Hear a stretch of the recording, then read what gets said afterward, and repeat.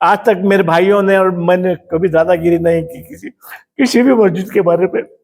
मेरे भाई भी ऐसे बहुत से अच्छे काम में करते रहे, लेकिन मुझे अच्छा नहीं लग रहा, बहुत बुरा लग रहा है। जब तक मैं वहां पर था, सब चीजें थे, हर काम अपने दिल से करते थे, अल्लाह के वास्ते करते थे। लेकिन अब जो मैं सुन रहा हूँ वो कुछ अलग अलग मामला हुए हैं वहाँ। कमेटी का वजूद खत्म हो गया।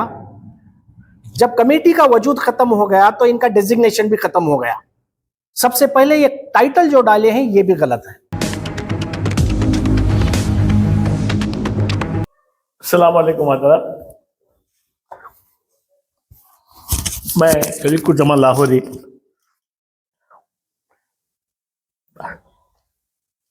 सकापुरे में मेरा घर मकान है। मेरे पास यहाँ पर जो लकड़ी के अड्डे हैं उसमें से दो दोस्त मेरे पास आए, आकर बताने लगे कि वैसे वो मस्जिद में बहुत से गलत काम हो रहे हैं और गंदगी हो रही है, गैर आबाद मस्जिद है, हमें उसको आबाद करना है। बिल्कुल मेरे पास आए थे, मैंने भी जाकर देखा तो वहां पर बहुत गंदगी फैली हुई थी। आलमगीर मस्जिद में आबाद नहीं थी मस्जिद, लोग जैसा चाहे वैसा इस्तेमाल कर ले रहे थे उसे मस्जिद को, तो यहाँ में गंदगी भी करते रहते। वो ईयर मुझे ठीक तरह से याद नहीं है, 79 में कुछ हुआ था, 1979। तो फिर मैंने भी जाकर वहां पर देखा तो मस्जिद बहुत खस्ता हालत में थी। मुझे तो ऐसा तो नमाज पढ़ने के लिए सकापुरे की मस्जिद थी और मैं वहां पर नमाज वगैरह कर था, लेकिन वो दो दोस्त आए थे मेरे आलमगीर मस्जिद के बारे में बोलने। फिर मैं जाके देखा तो वहां पे बहुत गंदगी फैली हुई थी।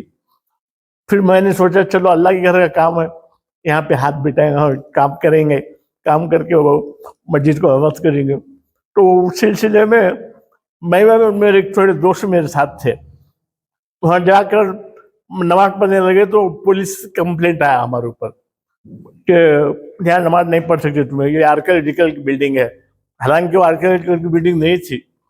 फिर उसके बाद पुलिस स्टेशन में मुझे जाना पड़ा, वहाँ से उनको नो ऑब्जेक्शन सर्टिफिकेट लेना पड़ा, वक्फ में जाना पड़ा, आर्कियोलॉजिकल में जाना पड़ा। इन तीनों तरफ के नो ऑब्जेक्शन सर्टिफिकेट लेने के बाद हम वहाँ पर मस्जिद बगैर, वहाँ पर लाइट नहीं थी, पानी का इंतजाम नहीं था, कुछ भी नहीं था। फिर हमने वहाँ पर लाइट का इलेक्ट्रिसिटी का एप्लीकेशन दे के इलेक्ट्रिसिटी ले, और फिर से दोबारा आपके लोकल वाले और वक्फ वाले हमें ऑब्जेक्शन करने लगे। तो उस ऑब्जेक्शन को हमने घबराया भी नहीं, हमने कहा कि चलो जो तुम्हें करते हैं करो, और हमें मस्जिद में आबाद कर रहे हैं, मस्जिद में नमाज पढ़ने को इलेक्ट्रिसिटी चाहिए और पानी चाहिए, तो ये ऐसा करते हैं। मेरे ऊपर कंप्लेंट हुए ऐसा यहाँ पर तुम्हें दादागिरी करो, तुम्हें मस्जिद का करो। आज तक मेरे भाइयों ने और मैंने कभी दादागिरी नहीं की किसी भी मस्जिद के बारे में। मेरे भाई भी ऐसे बहुत से अच्छे काम में करते रहे, लेकिन ऐसा अफवाहें उठने लगे तो फिर हमने इलेक्ट्रिसिटी का ये भी कर लिया और पानी का बोर्ड मारा वहां पर। अलबत्ता नमाज वहां पर शुरू करे लाइट आने के बाद। तो बहुत मेरे साथी दोस्त भी थे, वो भी मुझे मेरे साथ मदद करे मुझे, और इस तरह से मस्जिद एक तरह से चलती रही जब तक वहां पे एक आमदनी का जरिया भी नहीं था। हम लोग कुछ पैसे जो हमारी तरफ जमा करके लोगों के पास से मंग लेके ये करके वो मस्जिद में जो भी जरूरियात थे वो जरूरियात हमने पूरे करे। फिर मस्जिद चलती रही, वैसे तरक्की होती रही मस्जिद की। बाद में वहां पर बहुत सारे लोग जमा होने लगे। वो कामिल सिद्दीकी बोल के मौलाना थे, उनके बयान के लिए सुनने के लिए बहुत से लोग आने लगे मस्जिद को। उसके बाद जुम्मा का एक चंदा हमने मिलता था, वो चंदे से हम लोग मस्जिद के जरूरियात को पूरे करते थे। उस वक्त 3 उस्ताद मैंने रखे थे मस्जिद में, 3 टीचर बिहार से मोड़कर चंपारण से। एक मस्जिद नमाज पढ़ाते थे, एक बच्चों को अरबी का इंतजाम करते थे और एक खाना बनाते थे। इस तरह से वहाँ पर एक मदरसा भी का भी हमने इफ्तिताह किया। वो मदरसे में 21 बच्चे थे और जब मैं वहाँ पर ये था, चेयरमैन था, 21 बच्चे थे। फिर उनका खाना, उनका रहना सब हमारे जिम्मे लेकर हमने जैसे जैसे जब तक मैं था वहाँ पर चलाया। उसके बाद मेरे कुछ हालात की वजह से मेरे पर्सनल मेरा घर वहाँ मोती गुम्बद के पास में बनाया। मोती गुम्बद में थी मस्जिद, बहुत दूर होती बोल के मैंने वहाँ आना बंद किया आलमगीर में। जब तक अच्छी तरह से मस्जिद आबाद हो चुकी थी और 5 वक्त की नमाज बानमाज चलती थी और कुछ भी ऐसा अफरा तफरी या कोई मिसअपरेशन नहीं होता था। इस तरह से हमने वो मस्जिद को आबाद किया। आबाद करने में जो मेरा हिस्सा है वो अल्लाह बेहतर जानता है, मैं नहीं बताना चाहता अपने जुबान से, क्योंकि अल्लाह के घर का काम है, उसकी हर की जिम्मेदारी होती है कि करे। मैंने भी वैसे ही करके मैं जो सिला मुझे अल्लाह देना चाहता है, अल्लाह के उम्मीद रखता हूँ। एक्चुअली कोई मेरी दूसरी ये नहीं है। इस तरह से मस्जिद आबाद हुई और तरक्की के होती गई। और जब तक मैं था तब तक वहाँ पर एक पैसे के भी आमदनी का जरिया नहीं था मस्जिद में। मेरे वहाँ से निकलने के बाद कुछ उस्ताद के पीरियड में वो शादी महल का, शायद उस्ताद के पीरियड में शादी महल का ये सैंक्शन करा लिए। उस्ताद बुला के बोले, मैं उस्ताद को बोला मैं तो नहीं हूँ मस्जिद में, दूसरे कौन है जो बुला को वो सैंक्शन करो ऐसा शादी महल का। वो सैंक्शन करे, उसके बाद वो ऐसे ही बढ़ती गई और वहाँ पे पैसों का ये होने लगा। अब कौन क्या करे वहाँ का भी सब मैं नहीं जानता, इसीलिए मैं इतना कहकर अपने बात को खत्म करता हूँ। जान से मेहनत करके उस मस्जिद को आबाद किया, आपका बहुत बड़ा उसमें रोल रहा, लेकिन आज के हालात जब आप सुन रहे हैं तो कैसा महसूस होता है? मुझे अच्छा नहीं लग रहा, बहुत बुरा लग रहा है। जब तक मैं वहाँ पर था सब चीजें थे, हर काम अपने दिल से करते थे, अल्लाह के वास्ते करते थे। लेकिन अब जो मैं सुन रहा हूँ वो कुछ अलग अलग मामला हुए हैं। वहाँ कुछ जो ये शायद मस्जिद जो पैसों का आमदनी का जरिया बन गई है, ऐसा मैं सुन रहा हूँ। औज़ु बिल्लाहि मिनश शैतानिर रजीम, बिस्मिल्लाहिर रहमानिर रहीम। रब्बी शरह ली सदरी व यस्सिर ली अमरी वहलुल उक़दतम मिन लिसानी यफ़क़हू क़ौली। चूँकि बीजापुर के मौजूदा हालात की तनाजुर में आज की ये जो प्रेस मीट है बहुत ही अहमियत की हामिल है। वो सिर्फ़ और सिर्फ इसलिए कि मुल्की एतबार से देखा जाए तो हमारे इस अज़ीमुश्शान मुल्क हिंदुस्तान में आज मुसलमानों की हालत बहुत खस्ता से खस्तातर होती जा रही है। कई सारी इसकी वजूहात हैं। हमारी अपनी लापरवाहियाँ, मुसलमानों में इंतशार, क़ियादत का फ़ुक़दान, तालीम से दूर, अल्लाह और अल्लाह के रसूल की तालीमात से दूर, इन सारी वजूहात के बिना पर मैं समझता हूँ कि हम अल्लाह की नाराज़गी का ज़रिया बन चुके हैं और आज तरह तरह के मज़ालिम हम पे ढाए जा रहे हैं। इसके साथ ही आज हमें देखना है कि हम अपने आप में कहाँ तक एक सच्चा मुसलमान बनकर अल्लाह और अल्लाह के रसूल के हिदायत के मुताबिक ज़िंदगी गुजार रहे हैं। हमें अपने आप पर भी गौर करना है, सोचना है और समझना है। हमारी हालत आज ये हो गई है कि अच्छी चीज़ को हम अपना तो लेते हैं, मगर किसी काम में अगर आजमाइश हो अल्लाह की तरफ से तो हम उससे किनारा कश हो जाते हैं। जबकि अल्लाह ताला फरमाता है, या अय्युहल्लज़ीना आमनु उदखुलू फ़िस्सिल्मि काफ़्फ़ा वला ततब्बियू खुतवातिश शैतान इन्नहु लकुम अदुव्वुन मुबीन। जबकि अल्लाह कहता है, ऐ ईमान लाने वाले पूरे के पूरी इस्लाम में दाखिल हो जाओ, शैतान की पैरवी न करो, क्योंकि वो तुम्हारा खुला दुश्मन है। ये जानते हुए भी कि शैतान हमारा खुला दुश्मन है, आज हम शैतान की पैरवी करने लगे हैं।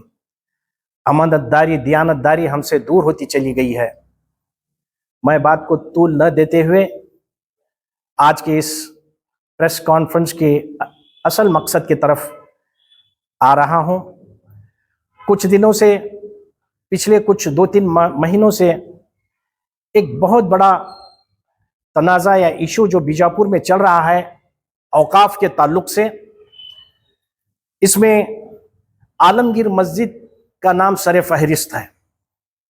आलमगीर मस्जिद ये एक वक्फ का इदारा है, वक्फ में रजिस्ट्रेशन है। जैसे कि अभी अभी मेरे भाई ने बताया कि किन हालात से गुजरते हुए मस्जिद को आबाद किया गया था। बेशक हर काम अल्लाह के हुक्म से होता है। हम किए या वो किए, नाम और रियाकारी बताना, अल्लाह के अजाब को मोल लेना है, अल्लाह की नाराज़गी को मोल लेना है। अल्लाह ताला जिससे चाहता है काम लेता है। नाम कौन आबाद किए, कौन मेहनत की, बताने की ज़रूरत नहीं। इसलिए आज जो हालात चले हैं, जो एक तनाज़ा खड़ा हुआ है बीजापुर में वक्फ इदारा आलमगीर के ताल्लुक से, यहाँ की आमदनी का मिसअप्रोप्रिएशन या गैर जिम्मेदाराना बातें जो हो रही, ये सुनने में आ रहा है। कहाँ तक ये लोग जो जिनके हाथों में मैनेजमेंट था, कहाँ तक ये दियानतदार हैं, ईमानदार हैं, ये उन्हें जाने और अल्लाह जाने। हाल हाल में ये तनाज़ा इतना शिद्दत पकड़ता गया कि मामला कोर्ट तक चला गया। हमने भी कोशिश की कि आपसी रजामंदी से बैठकर बात को हल कर लें, मसले को हल कर लें, क्योंकि जब भी कोई प्रॉपर्टी वक्फ की होती है तो ये अल्लाह की प्रॉपर्टी होती है, किसी की जाती नहीं होती। अगर इसमें इसमें खियानत करेंगे तो अल्लाह की पकड़ में आएंगे। इसका इंसाफ जमीन पर नहीं होगा, जमीन के अंदर जाने के बाद होगा। तो मुझे बताना यह है कि मामला इतना बढ़ गया कि कोर्ट तक चला गया। कोर्ट में एक रिट पिटीशन भी फाइल हुई और हाल हाल में उसका जजमेंट भी बाहर आया। तो बातें मैंने सुना कि बातें ये हो रही हैं कि कोर्ट के ऑर्डर के मुताबिक पिछली कमेटी को कंटिन्यू किया गया है। जब मैं सुना तो मैंने भी मुबारकबाद दिया उन लोगों को। कल ही की बात है, अगर ऐसा हुआ है तो बड़ी अच्छी बात है। आप दियानतदार हैं, अमानतदार हैं, अच्छी तरह से करके अल्लाह के को मुंह बताना है। इस तरह से बातें हुई। उसके बाद कुछ बहुत ही अहम जिम्मेदारान हजरात से मेरी मुलाकात हुई, जैसे हमारे अजीम हैं और कोई इनके साथी हैं। उन्होंने मेरे पास आकर कहा कि भैया कोर्ट का ऑर्डर ऐसा है, इसका मतलब थोड़ा समझाइए। तो उस वक्त तक मैं देखा भी नहीं था कोर्ट का ऑर्डर। कल शाम ही मैंने कोर्ट का ऑर्डर देखा, इसकी गहराई से इसको पढ़ा, कानूनी नुकात को देखा। देखने के बाद मैं एक नतीजे पर आया। उनसे कहा कि इसका इंटरप्रिटेशन इस तरह का होता है। तो उन्होंने कहा कि भैया ये जजमेंट के बारे में इसका खुलासा आप कीजिए। तो मैंने भी मुनासिब समझा, सिर्फ इसलिए कि हो सकता है इस जजमेंट को गलत तरीके से इंटरप्रेट करके हमारे ही अपने भाई जो ऑलरेडी इस मैनेजमेंट में हैं वो कोई गलत कदम न उठाएं। वो शायद समझ रहे थे कि उनकी कमेटी को कंटिन्यू किया गया है। हो सकता है इल्मी एतबार से उनकी नासमझी हो। इस नासमझी के नतीजे में अगर कोई और वो कदम उठाए तो कानून की पकड़ में न आए, इसलिए मैं अपनी राय देना जरूरी समझा। तो आज मैं इसीलिए आपके सामने हाजिर हुआ हूं कि जो कोर्ट का जजमेंट हुआ है उसका क्या मतलब है। तो वो मैं जजमेंट भी लाया हुआ है, इसके नुकात क्या हैं मैं बताऊंगा। देखिए, आलमगीर मस्जिद कमेटी का इंतजाम जो है एक कमेटी के तहत चल रहा था। हर 3 साल को एक कमेटी का रिन्यूअल करना होता है वक्फ कानून के मुताबिक। इस तरह से 4 अप्रैल 2025 को 4 अप्रैल 2025 तक जो गुज़िश्ता कमेटी थी उनका टेन्योर था। 4 अप्रैल 2025 से इनका पीरियड खत्म हो गया। तो अब कानूनी एतबार से क्या होता है, वक्फ कानून और वक्फ रूल के मुताबिक मैनेजिंग कमेटी का पीरियड जब एक्सपायर होने जाता है तो नई कमेटी का तश्कील देना या उसी कमेटी को कंटिन्यू करना, उसके कुछ लवाजिमात होते हैं। फिर से जनरल बॉडी बुलाना, 3 जुमा में ऐलान करना, रेजोल्यूशन पास होना, सारी चीजें रखकर प्रपोजल भेजकर वक्फ बोर्ड बेंगलोर से उसका अप्रूवल कराना, ये होता है। तो यहाँ पे हुआ क्या है, 4 अप्रैल 2025 को जब इस पुरानी कमेटी का वक्त खत्म हो गया तो उन्होंने एक प्रपोजल बना के भेजा था। उसकी तारीख है प्रपोजल की 6/12/2024। जैसे कि 4 अप्रैल 2025 को इनका पीरियड खत्म हो गया, 6 दिसंबर 2024 को एक जनरल बॉडी बुलाई गई और रेजोल्यूशन पास किया गया। उस रेजोल्यूशन के मुताबिक एक रिकमेंडेशन लेटर कि हमारी ये कमेटी को अप्रूव कराएं, इस तरह से एक लेटर लिखकर डिस्ट्रिक्ट वक्फ एडवाइजरी कमेटी की तरफ से बेंगलुरु को भेजा गया। वो लेटर है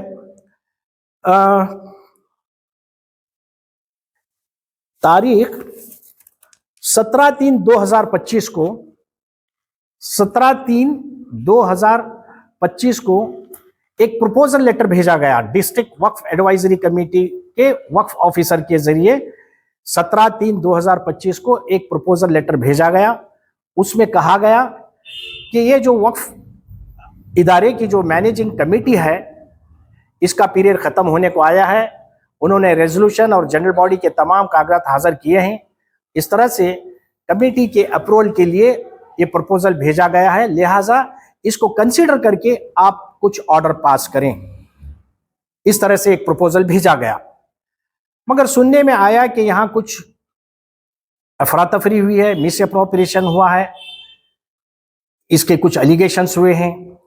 इस तरह से तारीख 13/10/2025 को वक्फ कर्नाटका स्टेट बोर्ड ऑफ वक्फ की जानिब से केयर टेकर अपॉइंटमेंट का एक ऑर्डर हुआ। केयर टेकर यानी उस इदारे की देख रेख करे। एक बात कानूनी नुक्ता यहां पे मैं ये और बताता चलूं, वक्फ कानून 1995 और 2013, साथ ही साथ कर्नाटका वक्फ रूल 2017 के मुताबिक जब भी कोई कमेटी का मैनेजिंग कमेटी का पीरियड खत्म होता है उसके बाद कोई खास ऑर्डर पास करने की कोई जरूरत नहीं। वक्फ बोर्ड हो या डब्ल्यूएसी हो, किसी को एक खास ऑर्डर मखसूस ऑर्डर पास करने की जरूरत नहीं। यही बोलता है all the affairs of the waqf institution shall automatically vest with the waqf officer। यानी जैसे ही इनका पीरियड खत्म हुआ, जैसे 4 अप्रैल 2025 को इनका पीरियड हुआ तो 5 अप्रैल 2025 से जो कमेटी वहां पे थी उनका कोई हक नहीं बनता कि इस इदारे को मैनेज करें, और इसके लिए कोई मखसूस ऑर्डर करने की जरूरत नहीं। स्टेट वक्फ बोर्ड हो या डीडब्ल्यूएस हो, उनसे कोई एक मखसूस ऑर्डर पास करने की कोई जरूरत नहीं। ये वहां पे अल्फाज यही इस्तेमाल किए, the affairs and management of the institution shall vest with the Waqf officer automatically. ये वर्ड है, खुद ब खुद वो उनके कब्जे में चला जाएगा। तो 4/4/2025 के बाद अगर मैं हूं मैनेजमेंट में या कोई और है तो हमारा कोई हक नहीं बनता कि वहां पे मैनेज करें, वहां के जो इमलाक है, जो प्रॉपर्टी है उसको मैनेज करें, किराया हो या दुकान देना हो या बैंक अकाउंट्स ऑपरेट करने का कोई हक नहीं होता। तो अब देखना यह है कि 4/4/2025 के बाद वक्फ ऑफिसर, बीजापुर के वक्फ ऑफिसर ने अपने मातहत ये तमाम चीजें ली हैं या नहीं। अगर नहीं ली हैं तो क्यों कानून का वायोलेशन उन्होंने किया वक्फ ऑफिसर। अगर ली हैं तो उसके बाद जैसे कि कहा जा रहा है कि जो मैनेजिंग कमेटी है वो किराया भी वसूल कर रहे हैं, मैनेज भी कर रहे हैं और सारी चीजें बैंक अकाउंट भी ऑपरेट कर रहे हैं, तो किस ताल्लुक से, किस हैसियत से ये काम हो रहे हैं, इसकी जवाबदार मैनेजिंग कमेटी भी होगी, वक्फ ऑफिसर भी होगा, वक्फ बोर्ड भी होगा। तो इसकी, और जहां तक मैनेजिंग कमेटी का ताल्लुक है, वक्फ एक्ट में कहीं भी, पूरे वक्फ एक्ट में कहीं भी मैनेजिंग कमेटी का जिक्र नहीं है। अलबत्ता मैं सुपरवाइजिंग कमेटी है, ये जो है मैनेजिंग कमेटी नहीं, सुपरवाइजिंग कमेटी। हाँ, साथ ही साथ सेंट्रल एक्ट, वक्फ जो है सेंट्रल, हमारी मरकजी हुकूमत का बनाया हुआ कानून है, इसके साथ डायरेक्टिव ऑफ स्टेट पॉलिसीज के मुताबिक हर स्टेट को यह हक है कि अपने तौर पर रूल्स बना लें। इसी तरह से कर्नाटका वक्फ रूल 2017 के मुताबिक एक वक्फ मैनेजमेंट कमेटी का वर्ड वहां पे उन्होंने लिखा है। जहां तक मेरी महदूद मालूमात है, वक्फ रूल को भी मैं चैलेंज कर रहा हूं जो बनाए गए हैं कर्नाटका स्टेट से। मैनेजिंग कमेटी की जगह सुपरवाइजिंग कमेटी का वर्ड इस्तेमाल करना चाहिए था, क्योंकि मैनेजमेंट और सुपरविजन में बहुत बड़ा फर्क है। सुपरवाइजन सिर्फ देख रेख करना, मैनेजमेंट यानी उसके तमाम अखराजात का लेन देन का करने का नाम मैनेजमेंट होता है। तो इस ताल्लुक से चलते चलते मामला यहां तक आया कि एक writ petition 200338 of 2025 Karnataka high court Gulbarga के बेंच में डाली गई। इसके पिटिशनर रहीं आलमगीर मस्जिद एंड सरकारी बेगम रोजा committee represented by it's president Abdul Rashid son of Latif साहब। तो यहां से मैं शुरू करना चाहूंगा, जबकि 4/4/2025 को कमेटी का वजूद खत्म हो गया। जब कमेटी का वजूद खत्म हो गया तो इनका डेजिग्नेशन भी खत्म हो गया। सबसे पहले ये टाइटल जो डाले हैं ये भी गलत है। इसलिए गलत है कि रिप्रेजेंटेड बाय इट्स प्रेसिडेंट, ना कोई प्रेसिडेंट रहा ना कोई मेंबर रहा 4/4/2025 के बाद। तो इनको कोई हक ही नहीं है कि रिट पिटीशन ला, और ये रिट पिटीशन मेंटेन नहीं होती। जहां तक मेरा इंटरप्रिटेशन है, वो कैसे मेंटेन नहीं होती वो भी मैं बताने जा रहा हूं कानूनी एतबार से। जब इन्होंने ये रिट पिटीशन डाला तो इसमें 2 ग्राउंड्स पर रिट डाले गए, रिट ऑफ मैंडेमस और writ of certiorari. Writ of mandamus यानी कोई चीज करना या न करना, जैसे स्टे जो लेना है उसको मैंडेमस के एतबार से देखा जाता है। रिट ऑफ सर्टियोररी जो है किसी एडमिनिस्ट्रेटिव और डिपार्टमेंट के ऑर्डर को क्रैश करना, रिट ऑफ सर्टियोररी में आता है। ये रिट ऑफ सर्टियोररी डाले हैं। तो अभी रिट ऑफ सर्टियोररी भी मेंटेन होता है या नहीं होता है वो भी तो देखना है। वक्फ एक्ट के मुताबिक मैनेजिंग कमेटी कॉन्स्टिट्यूट करना या प्रॉपर्टी को मैनेज करना, ये सारे का सारा काम वक्फ बोर्ड का है। ये कमेटी को अप्रूव करना या नई कमेटी की तश्कील देना, ये भी काम वक्फ बोर्ड का है। जो काम जिस डिपार्टमेंट का होता है कोर्ट उसमें इंटरफेयर नहीं करती। यहां पे ये जब रिट डाला गया है तो इसमें पूछा क्या गया है, रिलीफ क्या पूछा गया है, वो मैं आपके सामने बता रहा हूं। To issue the writ in the nature of certiorari to quash the impugned order dated 13/10/2025 being order number KSBA CMC 6 VGR 2526 passed by the respondent number 2 marked as annexure A. Respondent number 2 यानी chief executive officer of Waqf board. ये chief executive officer ने एक order pass किया था। Allegation जो इन पर जो इल्जामात लाए गए थे, इसका मिसमैनेजमेंट, मिस अप्रोप्रिएशन जो भी हो, ये जो एलिगेशन किया गया था उसके तनाजुर में सीईओ चीफ एग्जीक्यूटिव ऑफिसर ने एक ऑर्डर पास किया था ये तारीख को 13/10/2025 को कि ये केयर टेकर के हैसियत से वक्फ ऑफिसर को अपॉइंट किया जाए। तो उसके बाद जैसे ही ऑर्डर पास हुआ वक्फ बोर्ड के जानिब से, तो ये रिट पिटीशन फाइल होगी इस ऑर्डर को चैलेंज किए। यहां पे ये इसलिए मेंटेन नहीं होता कि जब वक्फ बोर्ड की तरफ से ऐसा ऑर्डर केयर टेकर का अपॉइंटमेंट हुआ है तो कोई ना कोई उसमें बात होगी। उन्होंने बताया भी है कि एलिगेशंस आए हैं मिस अप्रोप्रिएशन के, इसी के तनाजुर में सीईओ चीफ एग्जीक्यूटिव ऑफिसर ने केयर टेकर अपॉइंट किया है। और ये जो है एक्सक्लूसिवली वक्फ बोर्ड का राइट है, ये राइट में कोर्ट इंटरफेयर नहीं होते। वो इसलिए कि कानून के मुताबिक ये पावर बोर्ड को है, फिर भी उन्होंने ये चैलेंज किया। दूसरा जो है to issue the writ of mandamus and consider the representation dated 23/10/2025 made by the petitioner which is enclosed Annexure B and to declare the committee as per the recommendation of the respondent number 2 void its recommendation letter marked as Annexure C and। तो ये भी जो prayer है बिल्कुल गलत है। एक declaration पूछा है उन्होंने, यानी वक्फ बोर्ड जो कमेटी है उसको लीगलाइज करने के लिए कोर्ट को पूछा जा रहा है, जबकि कोर्ट को ऐसा करने का कोई पावर नहीं है। ये जो पावर है जैसे कि मैंने कहा था कि वक्फ बोर्ड को है पूरे इंक्वायरी के बाद ये मैनेजिंग कमेटी या सुपरवाइजिंग कमेटी कॉन्स्टिट्यूट की।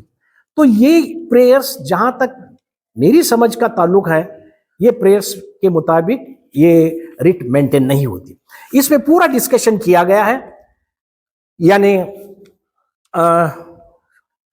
वक्फ का रिकमेंडेशन लेटर बीजापुर के वक्फ बोर्ड से एक रिकमेंडेशन लेटर 17/3/2025 को एक रिकमेंडेशन लेटर गया है। वही उसमें यह लिखा गया है कि ये जो वक्फ इदारा है इन्होंने जीबी मीटिंग बुलाई, रेजोल्यूशन पास किया और फिर एक मर्तबा इन्हीं मेंबर्स को इलेक्ट करके हमारे पास रेजोल्यूशन भेजा गया। इसको वक्फ ऑफिसर की तरफ से वक्फ बोर्ड को गया है। उसके बाद जब एलिगेशन वहां पे पहुंचे तो वक्फ बोर्ड के स्टेट बोर्ड ने एक केयर टेकर अपॉइंट किया है।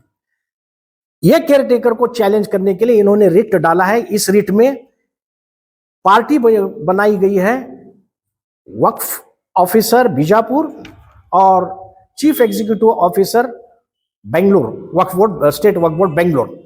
इन्होंने अपने ऑब्जेक्शंस में पूरी तरह से लिखा है। वक्फ बोर्ड बीजापुर का DWAC वक्फ ऑफिसर जो हैं अपने ऑब्जेक्शन में ये लिखा है कि कुछ मिस अप्रोप्रिएशन और यहाँ पे गलत कामें हुए हैं, इसलिए इनको कंटिन्यू नहीं कर सकते, ऐसा ऑब्जेक्शन उन्होंने डाला है। जबकि एक लेटर में कौन सा लेटर, ये तारीख जो मैंने अभी बताया 17/3/2025 को, कि इन्होंने नहीं रेकमेंड किया है कि इस कमेटी को अप्रूवल करने के लिए आप नजरसानी करें। यहां समझ में बात ये नहीं आ रही कि वक्फ ऑफिसर किस तरह से ये दोनों बात कर रहे हैं। ये किसमें एक लम्हे में तो ये बता रहे हैं कि ये वक्फ कमेटी जो मैनेजिंग कमेटी है इसको अप्रूव किया जाए, और जब कोर्ट में हाजिर होते हैं तो बोलते हैं कि इनमें मिस अप्रोप्रिएशन है। मिस अप्रोप्रिएशन अगर होता तो तुम भेजे ही क्यों रिकमेंडेशन को? यह आपके पावर में था, आप पूरे रिकॉर्ड्स देखते, तफ्तीश करते, अगर हो सका तो बेंगलुरु वक्फ बोर्ड से मदद लेते। इन सारी चीजों को नजरअंदाज करते हुए कुछ खामियां वक्फ ऑफिसर की तरफ से भी हुए हैं, वो बेहतर जाने, वो जानबूझ शऊरी तौर पर हुए हैं या लाशऊरी तौर पर हुए हैं, मुझे मालूम नहीं। मगर जो यहाँ पे एक ऑर्डर में जो है मैं वो बता रहा हूं आपको। इसके बाद इन्होंने ऑब्जेक्शन भी डाला वक्फ के तरफ से, वक्फ बोर्ड स्टेट वक्फ बोर्ड की तरफ से भी ऑब्जेक्शन डाली गई और डिस्ट्रिक्ट वक्फ ऑफिसर बीजापुर की तरफ से भी डाली गई। इस ऑब्जेक्शन में एक ही बात को कंसिडर किया गया है, जो सीईओ की तरफ से ये ही 2017 के रूल्स 54 सब रूल 5 के मुताबिक केयर टेकर अपॉइंट किया गया। अब ये 54 है क्या, कब अपॉइंट कर सकते हैं, कब एडमिनिस्ट्रेटर अपॉइंट कर सकते हैं, कब केयरटेकर अपॉइंट कर सकते हैं, उसकी कुछ वजाहत होनी चाहिए। सेक्शन 65 ऑफ वक्फ एक्ट जो है वो कहता है कि direct assumption by the board, अगर किसी कमेटी में मिसअप्रोप्रिएशन को देखा गया या ऐसी अफरा तफरी को नोट किया गया तो वक्फ बोर्ड को पावर है कि डायरेक्ट उसका सुपरसीड करके उसको अपने कब्जे में ले लें और उस कमेटी को सस्पेंड करें, उसे सुपरसीड भी कहा जाता है। अभी यहां पे दूसरी बात ये आती है कि ये जो कमेटी फिलवक्त की जो थी, गुज़िश्ता जो कमेटी थी उसका पीरियड तो खत्म हो गया था 4/4/2025 को। उसके बाद उस कमेटी का कोई वजूद बाकी नहीं रहता। उसका पूरा मैनेजमेंट जो है वक्फ ऑफिसर के मातहत में आता है। सारी की सारी चीजें वक्फ ऑफिसर को करनी होती हैं। और ये रूल 54 सब रूल 5 क्या बोलता है, जैसे ही इनका पीरियड जो एग्जिस्टिंग कमेटी का जो पीरियड खत्म हुआ तो automatically the Waqf officer shall take charge of the Waqf institution.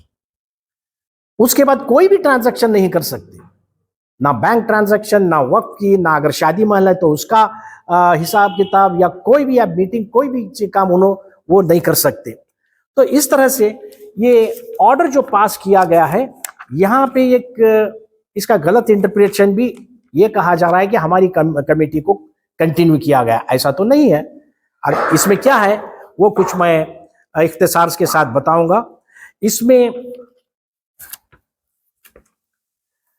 Para number 7 से, जजमेंट के पैरा नंबर 7 से कोर्ट का जो ऑब्जर्वेशन है वो बता रहा है, until and unless the same is either accepted or rejected, the petitioner committee cannot claim as a matter of right to be appointed as the managing committee।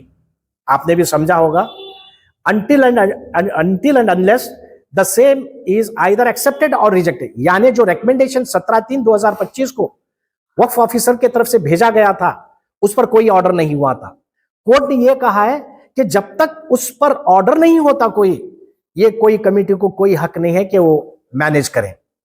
Clear terms में यह है, right to be appointed as a manage committee of the subject committee, it stands only at the stage of proposal not beyond. ये जो है फिलवक्त committee की proposal जो भेजा गया है उस पर डिपेंड है, उससे बढ़कर कोई कमेटी की हैसियत नहीं है, ये कोर्ट का कहना है। आइए अब दूसरे पैराग्राफ में though the annexure A, which is an office order dated 13/10/2025, वो जो वक्फ बोर्ड से ऑर्डर किया गया है, issued by the respondent number 2, मतलब CEO, Waqf board proposed to appoint the Waqf officer of the district Waqf advisory committee as a caretaker of the subject institution in furtherance to power conferred under sub rule 5 of rule 54 of Karnataka Waqf Rules 2017. The same proceeds on the premise of there being no management committee since 4/4/2025। ये मौजूदा हालात के तहत court ने observe किया है कि ये इसकी बिना पर, इसकी बुनियाद पर जो इन्होंने भेजा है, इसकी बुनियाद पर 4/4/2025 के बाद कोई कमेटी का वजूद नहीं है। ये कोर्ट के ऑब्जर्वेशन। उसके बाद पैरा नंबर 9 में यह कहा गया है, though the learned counsel for respondent 2 Waqf board and the district advisory committee vehemently submit that the reason for not taking any decision on annexure E is the allegation of misappropriation made against the members of petitioner managing committee, the same is left to the discretion of the board to proceed in accordance with law। यहां पे इसमें कहा गया है, ये writ में उन्होंने ये पूछा है कि जो वक्फ बोर्ड के जो ऑफिसर, चीफ एग्जीक्यूटिव ऑफिसर ने जो केयर टेकर का ऑर्डर पास किया है उसको रद्द किया जाए और हमारी कमेटी को बहाल किया जाए। मगर कोर्ट ने क्या किया है, the same is left to the description of the board. ये कोर्ट के पावर में नहीं है, किसी को अपॉइंट करना, किसी को निकालना कोर्ट के पावर में नहीं है। ये जो है वक्फ बोर्ड के इख्तियार में है।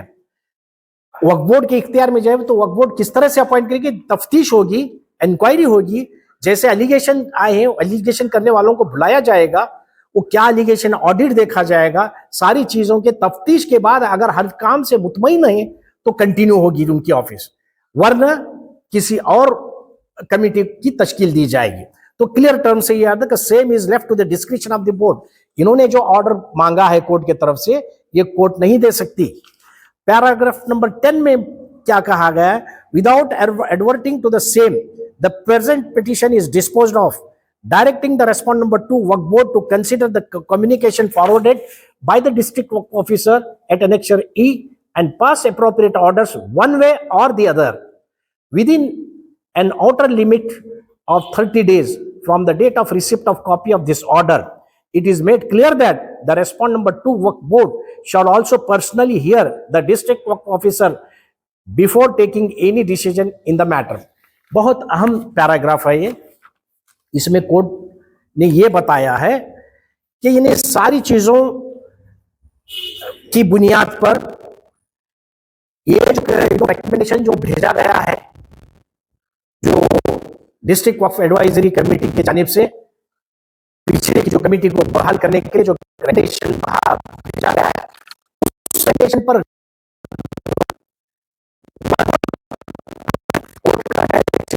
क्योंकि हर किसी का बुनियादी हक है, फंडामेंटल राइट्स हैं, हर किसी के फंडामेंटल राइट्स हैं, कि इनके फंडामेंटल राइट्स को वायोलेट मत करो। इन्होंने रेकमेंड है वक्फ बोर्ड, बीजापुर के वक्फ बोर्ड से उसको देखा जाए, किया जाए।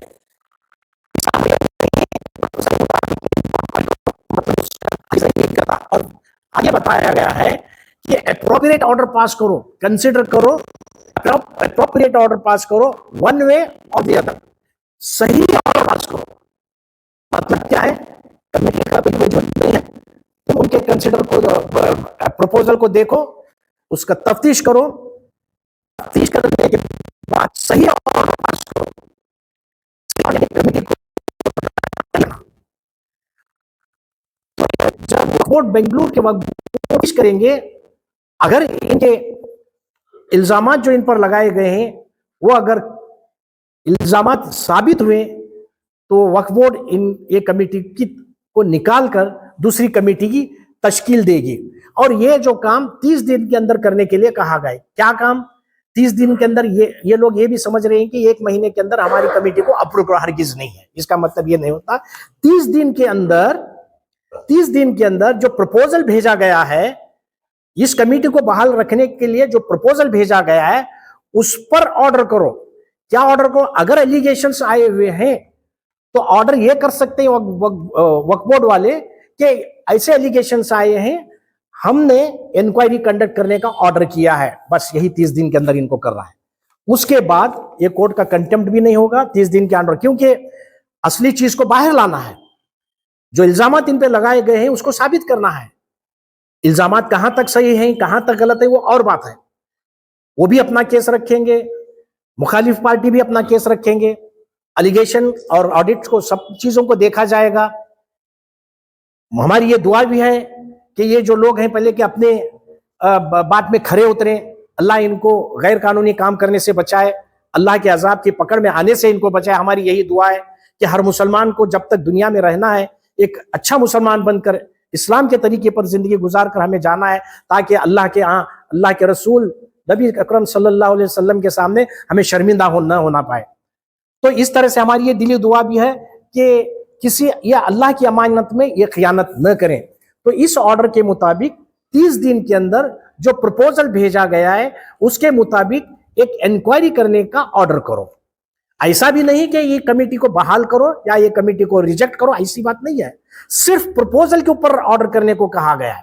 ये प्रपोजल के मुताबिक जैसे कि एलिगेशंस आए हैं, हमने इंक्वायरी कंडक्ट करने का ऑर्डर किया है, उस तरह का ऑर्डर पास करना अब बोर्ड को है। और आगे कहा गया है, it's made clear that the respondent to Waqf board shall also personally hear the district Waqf officer before taking any decision.